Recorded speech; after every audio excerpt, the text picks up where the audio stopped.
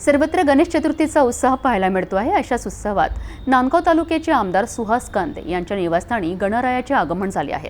पारंपरिक पद्धतीने गणेशाची प्रतिष्ठापना करण्यात आली असून यावेळी फटाक्यांची आतिषबाजी आणि भाविकांची मोठी गर्दी पाहायला मिळाली। पाहूया या सोहळ्याची काही दृश्य। नांदगाव तालुक्याचे कार्यसम्राट आमदार सुहास कांदे यांच्या निवासस्थानी गणरायाचे आगमन झाले आणि सर्वत्र गणपती बाप्पा मोरयाच्या जयघोषाने वातावरण भक्तिमय झाले। यावेळी आमदार सुहास कांदे यांच्यासोबत त्यांच्या पत्नी अंजुम कांदे, चिरंजीव देवा कांदे आणि शिवसेना जिल्हा प्रमुख फरहान खान उपस्थित होते।